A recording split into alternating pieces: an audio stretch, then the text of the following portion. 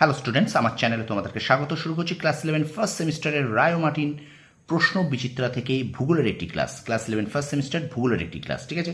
তো তোমাদের সামনে দেখো রয়েছে রায়ো মার্টিন প্রশ্ন বিচিত্রা। এখান থেকে কিন্তু আমরা ক্লাস 11 ফার্স্ট সেমিস্টার ভূগোলের অধ্যায়ভিত্তিক এমসিকিউ ক্লাস করছিলাম। আজকে আরও একটি অধ্যায়ভিত্তিক এমসিকিউ ক্লাস তোমাদের জন্য নিয়ে এসেছি। প্রথম থেকে শেষ পর্যন্ত ভিডিওটা দেখবে, একটু স্কিপ করবে না। চলো শুরু করি ক্লাসটি। ক্লাস 11 ফার্স্ট সেমিস্টার ভূগোলের রায়ো মার্টিন প্রশ্ন বিচিত্রা থেকে ভূগোলের অধ্যায়ভিত্তিক এমসিকিউ ক্লাস তোমাদের জন্য দেখে নাও। আজকে আমরা করব 15তম এমসিকিউ ক্লাস। দেখো আমরা কিন্তু 14তম ক্লাস করেছি, আজকে আমরা করব 15তম এমসিকিউ ক্লাস। এবং আজকে আমরা দেখব কোন অধ্যায়টা করব। আজকে আমরা করব দেখো প্রাথমিক অর্থনৈতিক ক্রিয়াকলাপ।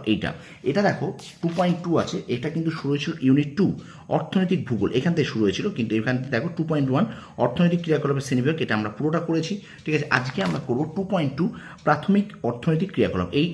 আমরা এই চ্যাপ্টারটা কিন্তু 3টি পর্বে করে দেবো, ঠিক আছে? তো আজকে কিন্তু মোট 23টা প্রশ্ন এখান থেকে করবো, ঠিক আছে? তো চলো শুরু করে দিই। Class 11 first semester Rayo Martin প্রশ্ন বিচিত্রা থেকে ভূগোলের অধ্যায়ভিত্তিক এমসিকিউ 15তম ক্লাস দেখে নাও। অপারেশন ফ্লাড বা 1970 সালে শ্বেত বিপ্লবের কর্মসূচি জড়িত দুগ্ধ উৎপাদনের সঙ্গে। পরের প্রশ্ন, ব্রাজিলের সাও পাওলো ও সন্নিহিত অঞ্চলে কফি বাগিচা ড্যাশ নামে পরিচিত ফাজেন্ডা। আচ্ছা, পরের প্রশ্ন দেখো, যে কৃষি ব্যবস্থায় নিকটবর্তী শহরে বিক্রির উদ্দেশ্যে ফুল ফল শাকসবজি চাষ করা হয় তাকে বলা হয় উদ্যান কৃষি।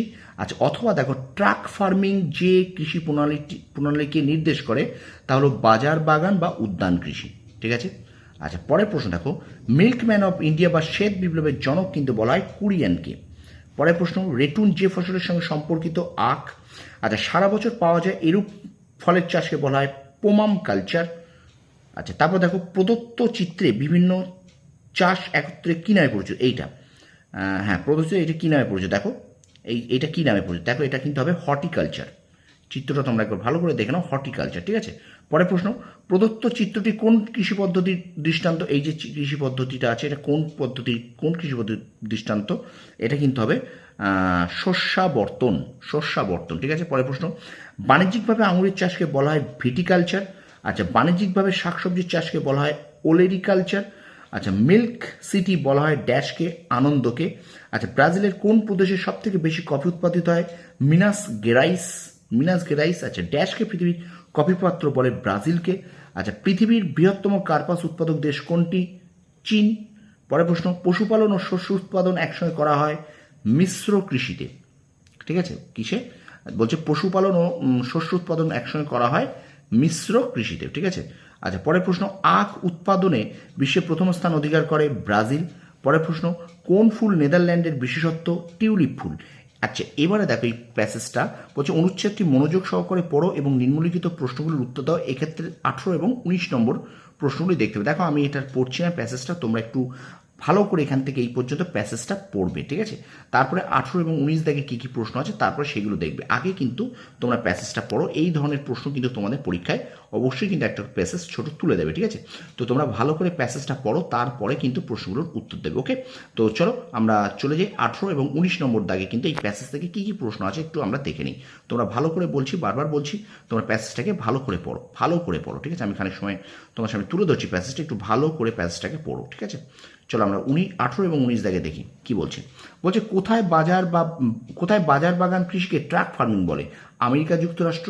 আচ্ছা, প্রদত্ত বিবৃতিগুলির মধ্যে বাজার বাগান কৃষি ও হর্টিকালচারের মধ্যে কোনটি ঠিক নয়? এটি বিস্তৃত অঞ্চল জুড়ে সংগঠিত হয় এবং অনেক দূর পর্যন্ত হয়, ঠিক আছে? এটাকে গেল, ওকে? আচ্ছা, 20 দাগ বলছে নিবিড় প্রগার কৃষির মুখ্য ফসল ধান।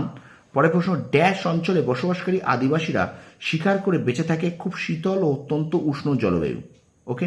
পরের প্রশ্ন দেখো, কেরালায় স্থানান্তর কৃষির স্থানীয় নাম কি? পোনাম। এবং আজকের ক্লাসের শেষ প্রশ্নটা দেখো, নিচের কোন খনিতে বৃহৎ ও দ্রুত উৎপাদন পাওয়া যায়? উত্তর হবে কিন্তু খোলা ঢালাই খনন, ঠিক আছে? তো আজকে এই পর্যন্ত ক্লাস 11 ফার্স্ট সেমিস্টারের ভূগোলের অধ্যায়ভিত্তিক 15তম ক্লাস শেষ করলাম। ভিডিওটা ভালো লাগলে অবশ্যই কিন্তু লাইক করবে, কমেন্ট করবে, বন্ধুদের মাঝে অবশ্যই কিন্তু শেয়ার করবে। আর আমার চ্যানেলে নতুন হলে চ্যানেলটা সাবস্ক্রাইব করো, পাশে বেল আইকন প্রেস করে রাখো, ঠিক আছে? তোমরা সফল হও, তোমাদের সাফল্য কামনা করি। ধন্যবাদ।